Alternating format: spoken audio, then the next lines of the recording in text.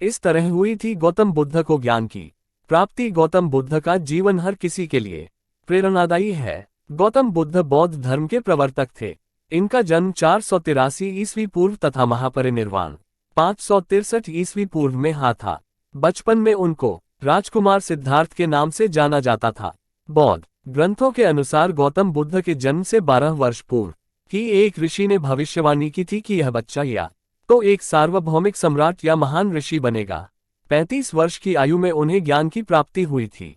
वह संसार का मोह त्याग कर तपस्वी बन गए थे और परम ज्ञान की खोज में चले गए थे। आइए आज हम आपको सिद्धार्थ के महात्मा बुद्ध बनने तक के सफर के बारे में बताते हैं। जन्मकाल बुद्ध का गोत्र गौतम था। बुद्ध का वास्तविक नाम सिद्धार्थ गौतम था। उनका जन्म शाक्य गणराज्य की राजधानी कपिलवस्तु के निकट लुम्बिनी में हुआ था। बुद्ध के जन्म के 7 दिन के भीतर ही उनकी माता का देहांत हो गया था। उनका पालन पोषण उनकी मौसी गौतमी ने किया था। शिशु का नाम सिद्धार्थ रखा गया था। शाक्य वंश के राजा शुद्धोधन सिद्धार्थ के पिता थे। सिद्धार्थ के जन्म से पूर्व हुई भविष्यवाणी से परेशान होकर उनके पिता ने उन्हें तपस्वी बनने से रोकने के लिए राजमहल की परिधि में रखा। गौतम राजसी विलासिता में पले बड़े। बाहरी दुनिया से आक्रांत नृत्य करने वाली लड़कियों द्वारा मनोरंजन, ब्राह्मणों द्वारा निर्देशन और तीरंदाजी, तलवारबाजी, कुश्ती, तैराकी और दौड़ में प्रशिक्षित किए गए थे।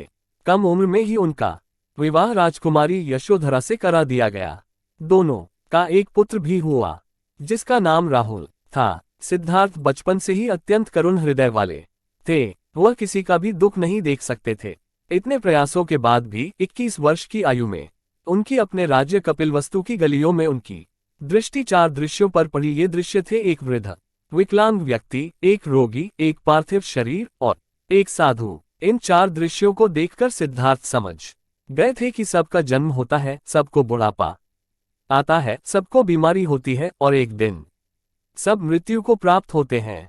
इससे व्यथित होकर उन्होंने अपना धनवान जीवन, अपनी पत्नी, पुत्र एवं राजपाट का त्याग करते हुए साधु का जीवन अपना लिया और जन्म, बुढ़ापा, दर्द, बीमारी और मृत्यु से जुड़े सवालों की खोज में निकल गए। ज्ञान की प्राप्ति सिद्धार्थ ने अपने प्रश्नों के उत्तर ढूंढने शुरू किए। समुचित ध्यान लगा पाने के बाद भी उन्हें इन प्रश्नों के उत्तर नहीं मिले। फिर उन्होंने तपस्या भी की लेकिन अपने प्रश्नों के उत्तर नहीं मिले। इसके बाद कुछ और साथियों के साथ अधिक कठोर तपस्या प्रारंभ की। ऐसे करते हुए 6 वर्ष व्यतीत हो गए। भूख से व्याकुल मृत्यु के निकट पहुंचकर बिना प्रश्नों के उत्तर पाए वह कुछ और करने के बारे में विचार करने लगे थे। एक गांव में भोजन की तलाश में निकल गए। फिर वहां थोड़ा सा भोजन ग्रहण किया। इसके बाद वह कठोर तपस्या छोड़कर एक पीपल के पेड़, जो अब बोधिवृक्ष के नाम से जाना जाता है, के नीचे प्रतिज्ञा करके बैठ गए कि वह सत्य जाने बिना उठेंगे नहीं। वह सारी रात बैठे रहे और माना जाता है यही वह क्षण था जब सुबह के समय उन्हें पूर्ण ज्ञान की प्राप्ति हुई थी।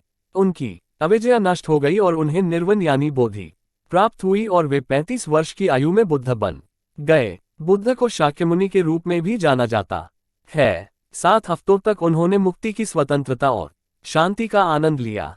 प्रारंभ में तो वह अपने बोधि के बारे में दूसरों को ज्ञान नहीं देना चाहते थे।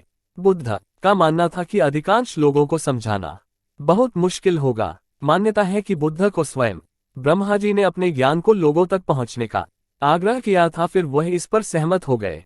इस तरह उन्होंने अपना पहला धर्मोपदेश उत्तर प्रदेश के वाराणसी के पास सारनाथ में अपने पहले मित्रों को दिया।